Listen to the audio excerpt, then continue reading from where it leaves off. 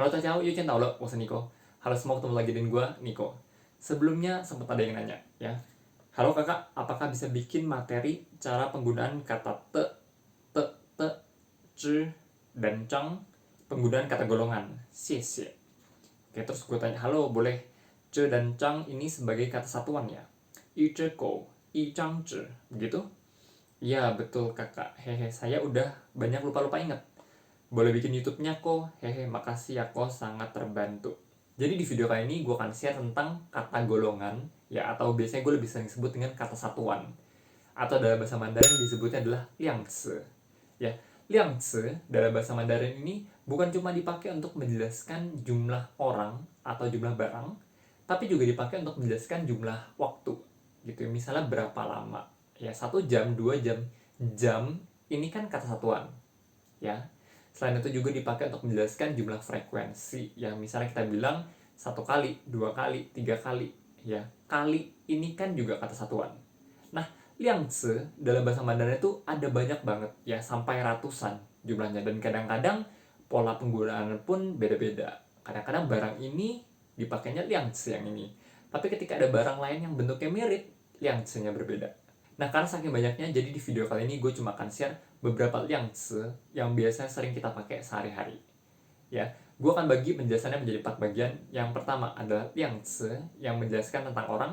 Yang kedua adalah liangzi yang menjelaskan tentang barang atau benda. Yang ketiga adalah liangzi yang menjelaskan tentang jumlah waktu atau durasi. Dan yang keempat adalah liangzi yang suka dipadanin dengan kata kerja. Ya, untuk listnya kalian bisa cek di deskripsi di bawah.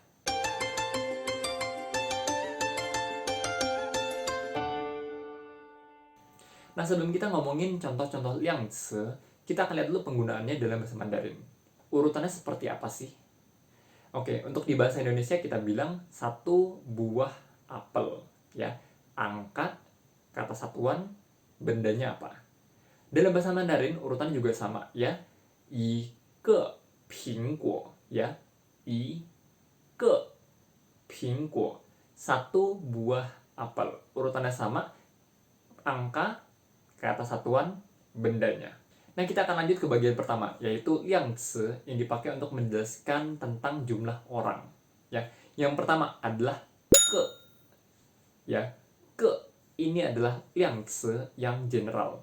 Sebenarnya bukan cuma dipakai untuk menjelaskan orang aja, tapi bisa kita pakai hampir untuk menjelaskan semua jenis barang atau benda. Ya, misalnya di sini konteksnya untuk ngomongin orang, kita bilang yi ge ren, 1 orang. 1个学生, seorang murid.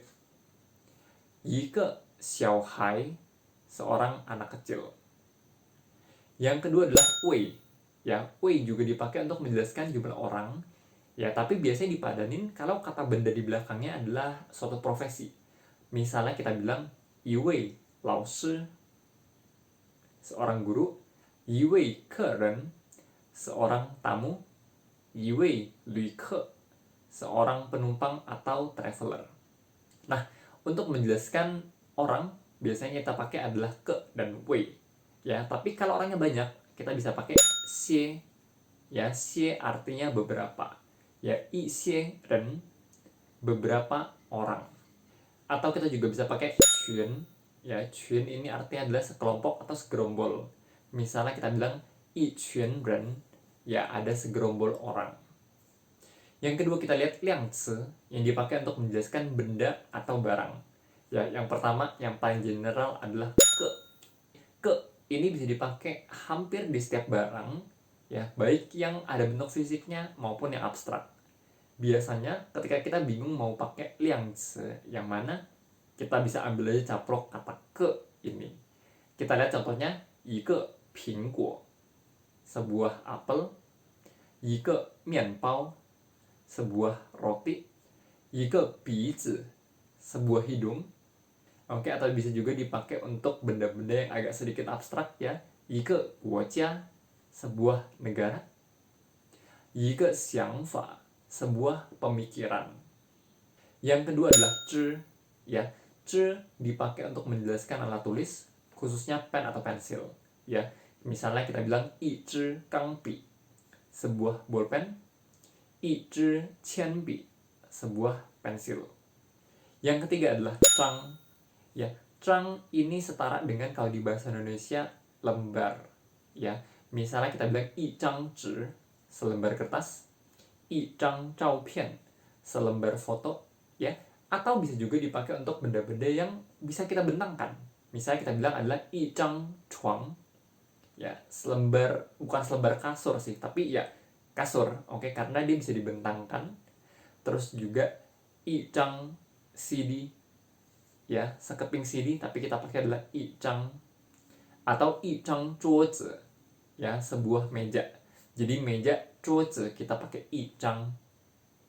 Yang keempat adalah zhi.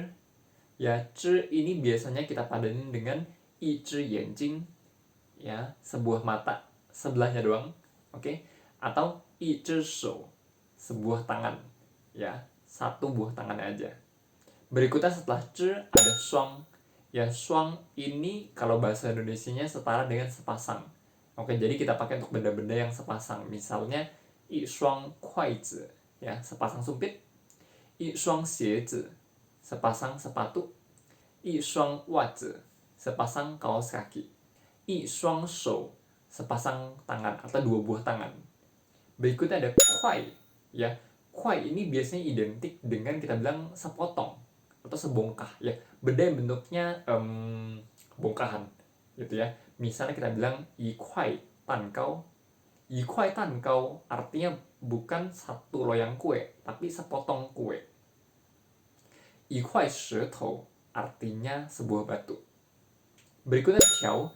Tiao dipakai untuk benda-benda yang panjang, oke, tapi lemes, ya, bisa meliuk gitu. Misalnya kita pakai untuk ular, shi, i tiao shi, atau tali, i tiao shengzi, atau ikat pinggang, i tiao yao dai, atau celana, kuzi, ya, i tiao kuzi. Selain itu, tiao juga bisa dipakai untuk sungai, i tiao he, atau jalan, i tiao lu, ya, sebuah jalan. Berikutnya adalah pa'a. Ya, pa'a ini dipakai untuk benda-benda yang ketika kita pegang itu kita genggam. Ya, misalnya kita bilang i patau, sebuah pisau. Ya, i patau karena kita menggangnya begini, ya, kita genggam. Atau i pa ya shua, ya, sebuah sikat gigi, i pa ya shua. Oke. Atau dipakai juga untuk i pa san, sebuah payung, ya, karena payung kita pegangnya begini. Selain itu juga dipakai untuk kursi. Ya, kursi adalah i pa yi zi. Kenapa yi zi kita pakai kata pa? Karena kita ngomonginnya adalah kursi-kursi yang di belakangnya ada sandaran, ya. Terus untuk angkat kita bisa pegang gitu, i pa yi zi. Jadi biarpun untuk kursi-kursi yang gak ada pegangannya seperti misalnya kursi bakso, kita tetap akan pakai i pa yi zi. Berikutnya pe'en. Ya, pe'en dipakai untuk benda-benda yang bentuknya seperti buku. Misalnya i pen su, i pen citian, sebuah kamus, i pen zhazhi, sebuah majalah. Berikutnya adalah tai. Tai dipakai untuk beberapa barang-barang elektronik yang bentuknya nggak terlalu besar. Misalnya kita bilang i tai tiannao, sebuah komputer. Oke, i tai tiannao. Atau kamera, i tai zhaoxiangji, i tai zhaoxiangji, sebuah kamera. Berikutnya untuk baju, kita pakai jian, yi jian yifu, yi jian mao yi, sebuah baju, sebuah sweater, atau yi jian shi, sebuah masalah. Next ada ti. Ya, ti ini setara dengan tetes dalam bahasa Indonesia. Misalnya kita bilang i ti shui, satu tetes air, i ti xue, setetes darah, i ti you, setetes minyak. Nah, berikutnya ngomongin jumlah binatang. Kita bisa pakai zhi untuk binatang-binatang yang bentuknya agak kecil-kecil. Misalnya adalah i zhi mao, seekor kucing, i zhi gou, seekor anjing, i zhi qi, seekor ayam. Selain itu juga kita juga bisa pakai kata tou. Ya, tou ini biasanya dipakai untuk binatang-binatang yang bentuknya lebih gede gitu ya. Misalnya kita bilang i tou niu, seekor sapi, atau i tou da xiang, seekor gajah. Nah, berikutnya kita juga bisa pakai tiao, ya seperti yang tadi gue bilang. Tiao ini dipakai untuk yang bentuknya agak panjang, misal adalah ular, yi tiao she, atau ikan, yi tiao yu. Nah, berikutnya ada khusus untuk kuda, kita akan pakai adalah yi pi ma. Kita pakai pi. Kalau ditanya kenapa kuda pakainya pi, kenapa sapi pakainya tou, to be honest, gue nggak tahu. Ya, karena kalau kita nanya orang China pun, dia mungkin nggak bisa ngejelasin kenapa. Kata satuan ini udah mereka dengar dari kecil. Ya, jadi waktu kecil kalau mamanya cerita tentang cerita dongeng, nyebutin ada seekor kuda, yo yi pi ma. Ya, yang disebutin adalah yi pi ma. Nggak pernah disebutinnya yi tou ma. Jadi dari kecil pun yang ada di otak mereka ketika ngomongin kuda adalah yi pi ma, bukan yi tou ma. Jadinya kalau ditanya kenapa, ya mereka juga nggak punya penjelasannya. Tapi itu adalah yang mereka pakai. Nah, berikutnya untuk benda-benda jamak, ya kita bisa pakai yang sama juga. Pertama adalah xie. Ya, xie ini artinya beberapa. Misalnya kita bilang yi xie pingguo, beberapa apel. Yi xie mianbao, beberapa roti. Yi xie shu, beberapa buku. Ya, xie ini dipakai untuk menjelaskan beberapa dan sifatnya general. Selain xie, kita juga bisa pakai tui. Tui ini setara dengan kalau kita bilang bahasa Indonesia adalah setumpuk. Ya, yi tui laci, setumpuk sampah. Atau yi tui wanjui, setumpuk mainan. Kita pakai tui. Berikutnya ngomongin benda, kita juga bisa pakai kata zhong. Ya, zhong ini dalam bahasa Indonesianya setara dengan jenis. Jadi misalnya kita ke pasar, kita mau beli jeruk, dan kebetulan di pasar jeruknya ada 3 macam. Kita bilang san zhong juizi. Berikutnya, untuk ngomongin benda juga, kita bisa pakai tao. Tao, ini kalau bahasa Indonesianya setara dengan set atau paket. Jadi misalnya kita ke restoran, ya, kita beli makanan yang udah sepaket, udah paketan, oke, itu namanya adalah yi tao. Atau misalnya kita ke toko furnitur, kita mau beli meja dan kursi udah sepaket, udah satu set, oke, kita bilang yi tao jiaju, satu set furnitur. Nah, tadi kita udah ngomongin beberapa kata satuan yang dipakai untuk menjelaskan kata benda. Selain daripada itu, ada juga beberapa kata benda yang bisa dipakai sebagai kata satuan. Misalnya, untuk kata benda mangkok, wan, ya, wan ini bisa dipakai sebagai kata satuan. Misalnya kita bilang iwan, mi fan, iwan tang, semangkok sup. Atau ada juga pan, piring, i pan cai, satu piring sayuran. Pei, gelas, i pei cha, segelas teh, i pei kafe, segelas kopi. Atau ping, botol, i ping kele, sebotol cola, i ping shui, sebotol air. Yang ketiga, untuk menjelaskan durasi. Ya, untuk menjelaskan durasi ini kita bisa pakai dari satuan yang paling kecil, ya, yaitu detik. Miao zhong, i miao zhong, 1 detik. I fen zhong, 1 menit. Ike xiao shi, 1 jam. Ya, jadi untuk ike xiao shi itu kita pakai kata ke. Berikutnya i tian, liang tian, ya, untuk menjelaskan jumlah hari kita pakai tian. Untuk menjelaskan minggu, i zhou, liang zhou, kita pakai zhou. Untuk menjelaskan bulan, kita pakai i ke yue. Ya, di sini kita pakai kata satuan ke. Atau untuk tahun, i nian, liang nian. Berikutnya yang keempat adalah liang ci, yang kita padanin dengan kata kerja. Oke, yang paling sering kita pakai pertama adalah ci. Oke, ci ini setara dengan bahasa Indonesianya adalah kali. Ya, 1 kali, 2 kali, 3 kali. Ci, yi ci. Yang kedua adalah tang. Oke, tang ini dipadanin dengan kata kerja yang biasanya sifatnya adalah membutuhkan perjalanan. Misalnya qu yi tang, pergi 1 kali, kita pakainya qu yi tang. Atau zou yi tang, jalan 1 kali.